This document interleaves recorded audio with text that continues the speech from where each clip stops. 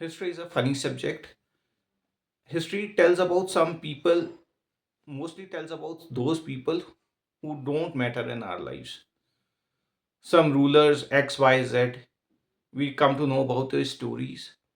And what their impact on our lives, we don't know. But then there are certain people, certain rulers who actually have a long lasting impact on our lives, on our history, on our culture, but we rarely know about them. Hello viewers, Namaskar and Vanakkam to all of you. My name is Amit Mahajan. I welcome you all to my YouTube channel, Layman History and Geopolitics. So as I've said, history is a funny subject. We all should know about our history. And at times people, when they are studying history, what they do is they say, this is a boring thing. Why I'm studying about Harappa? What has to do with me? Because a person sitting around him here, for him, Harappa is too far to consider. Maybe it is a part of India, but too far to consider. But when you will talk about his land, his area, that's where he's more interested in. And actually, the tales of valor, the tales of bravery, that is what inspire the people. And today I'm going to bring in front of you the tale of a queen who forced the British out of her lands, defeated East India Company, and the Britishers had to run between their tail, between their legs from her lands.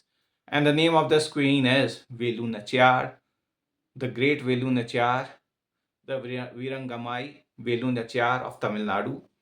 Velu Nachiyar was born in 1730. She was born to the king of Ramnad, Chelamuthu Vijayaranganath Setupati, and her mother's name was Kandamuthal. When she was 16 years old, she was married to the king of Sivagangai, Muthu Vanuganath Periyavudaya Thevar, and along with him, she had a daughter by the name of Ilaji. Now, it so happens is that when she was young, she was the only child of her parents. Being the only child of her parents, they gave her due affection and they trained her in everything. She had training of martial arts, she had training of horse riding, she knew how to handle the weapons, and she was very proficient in the languages of the land, that's Tamil and Urdu. And she was also proficient in the foreign languages, that is French and English. So, see how they raised their child. The king raised, and king and the queen raised their child. They raised her to be a fine queen. So they in she got married in 1746 along with her husband. They were ruling the kingdom of Sivagangai. And in 1762, what so happened was that the Nawab of Arcot, Valjala, along with the British, made an alliance and they attacked the kingdom of Sivagangai.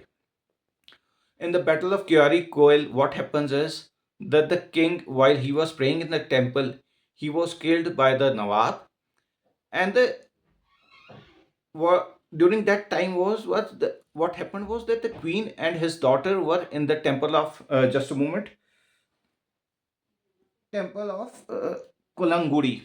The queen and the daughter were in the temple of Kolangudi and they escaped from there, and they were two the great warriors of the king, the Muruthu brothers, came to the rescue of the queen and her daughter. They arranged the escape of the queen from the very scene, and the British and the Nawab were hunting, finding the queen and the entire Ramnad kingdom, entire Sivgangai kingdom. And the queen was running. She escaped to the area of Dindigul, which was actually a part of Hyder Ali's uh, kingdom at the time. Hyder Ali was ruling on the name of the Wadiyar dynasty. So she escaped to Dindigul in the fort of Virupaksha. So there she started to collect her army. When she was collecting her army, she realized that my men are not well trained, and I won't be able to defeat the British as powerful as they are. And the Nawab too has gone too much powerful from earlier on. In order to defeat them, I need a better force, a better, bigger power. So then what she did was that she had some alliances. She had Marathu brothers by the name of, just a moment, I'll give their names, Piriyamurutha and Chinnamuruthu. Then she had her minister Thandwa Rayan Pillai. And what she did was she wrote a letter. She gave this letter to Thandavarayan Pillai. She said, take this letter to Hyder Ali. And in this letter, she requested Hyder Ali for 5,000 cavalry, 5,000 infantry. And she said that she would be able to, if Hyder Ali supports her, she would be able to defeat the British and the Nawab of Arcot, which was also an enemy of Hyder Ali. And when they win, she will justifiably uh, actually give him whatever he wants. Now, whatever he wants, not like that, she would help him out. So it is said that Hyder Ali received her letter, but he did not give any answer. And by some accounts, it is said that she took to for Man and then she went to Mysore. Some accounts say that Hyder Ali was camping at Dindigul at the time. Whatever be the fact, she met Hyder Ali around there. And in that, Hyder Ali was too much impressed by her valor, her determination, and her command over Urdu. So language came to part around here. We laid a part around here. Hyder Ali was impressed by her skills. He agreed to give her 400 pounds per month for her expenses, gave her refuge in the fort of Virupaksha, and also sent 5,000 cavalry and said that I would train your men. So there was born an alliance between the king and Hyder Ali.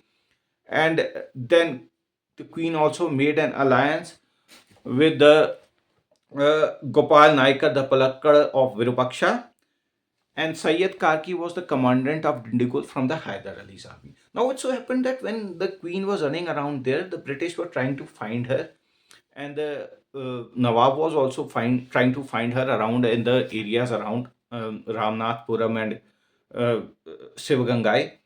So they went to a place and they found a lady name of, oh, just a moment, Uday. Now, this Uday was a simple lady, but she was very close to the queen. And by the confidence of the British, they came to know that this Udail knows where the queen is. So the British tortured her, the Nawab tortured her. They tried to sneak from her mouth that where the queen is. But she did not give out the name of the queen.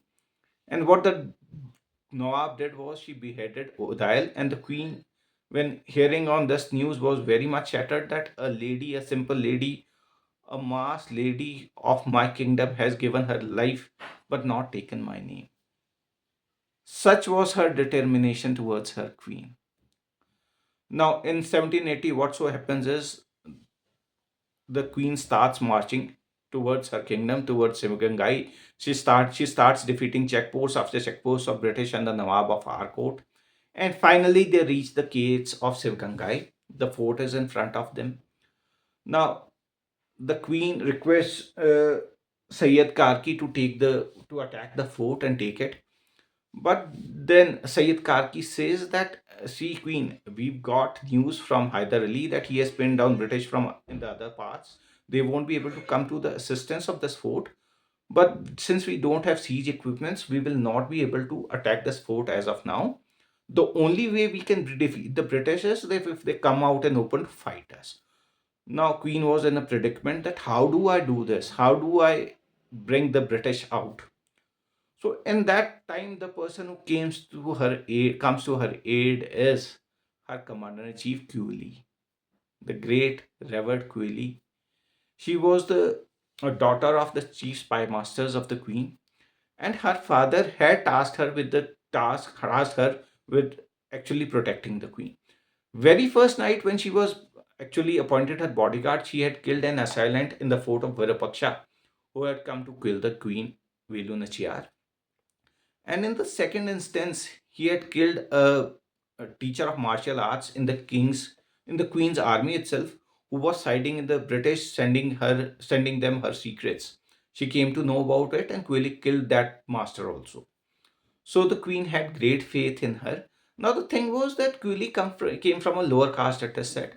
But the queen, despite the objections of the people in the army, sections of the army, had appointed Quilly as commander in chief based on her abilities and her trust and her dedication towards the queen. So they were in outside the fort of Sivgangai. So those were the days of Vijayadashmi. Vijayadashmi festival was approaching. Quilly gave the idea to Queen that what we'll do is we'll go inside the fort to pay respects to goddess Rajeshwari Devi, where a festival takes place. We'll hide our arms between our goods.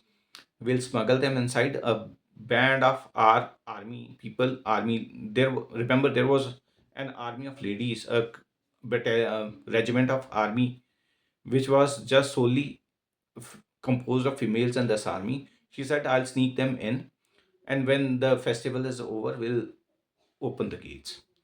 Now, along with it, some accounts say that the queen also went inside with Quilly. Some say that the queen stayed outside. But the fact remains that Quilly went inside with a bottle of ghee tied to her waist. So they participated in the festivities, sang bhajanas in the praise of Lord and Goddess. So when the time was over, the evening came. They were positioned on the vantage points of the fort. They gave a war cry out, started killing the British. Quilly, she did during that time was that she put the entire bottle of ghee on herself. She went inside the temple, poured more ghee on herself, took up a torch, the mashal, the flame, along with her, and dashed towards the garrison of the British, where their armory was, where their um, ammunition was. She knew that if British get hold of this ammunition, the day will be over for us. We won't be able to win this battle. And there comes the first suicide bomb in the history of mankind. She doused herself up. She had put ghee on herself. She doused herself up with a fire, with a light, and dashed to the ammunition depot and blew it up. The British were surprised. They put up a counterattack, but the warriors of the queen were too much for her. They opened the gates of the fort. Queen came to know about Quilly, but then she regarded her in high respect.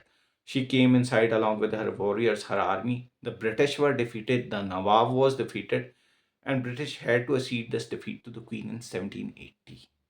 Such was the greatness of this Queen, and how many of us know about her?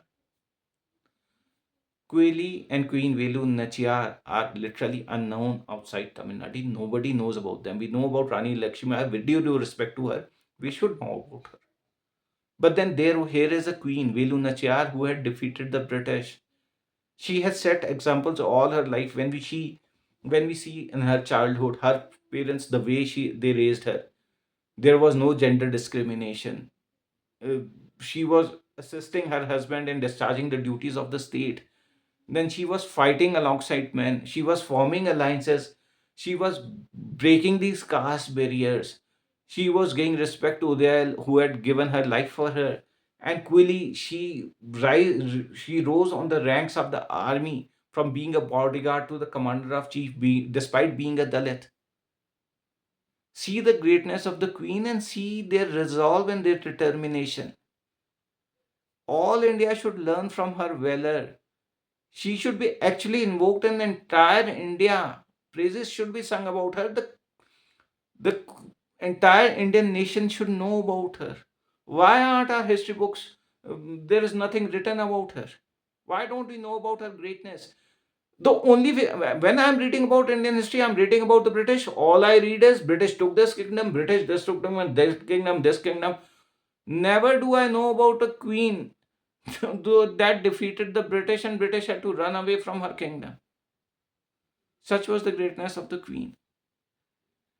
She 1718 to 1790 she ruled the kingdom.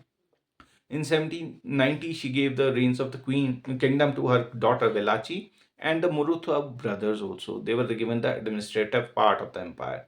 So it was not like that she just thought about herself, she also thought about the people who were along with her. And she rewarded them. As regards the Hindu Muslim unity, she built a mosque in her kingdom. She built a church in her kingdom. Such secular ruler she was. On how many of us learn from such rulers of the day? We know what is happening in Nagpur.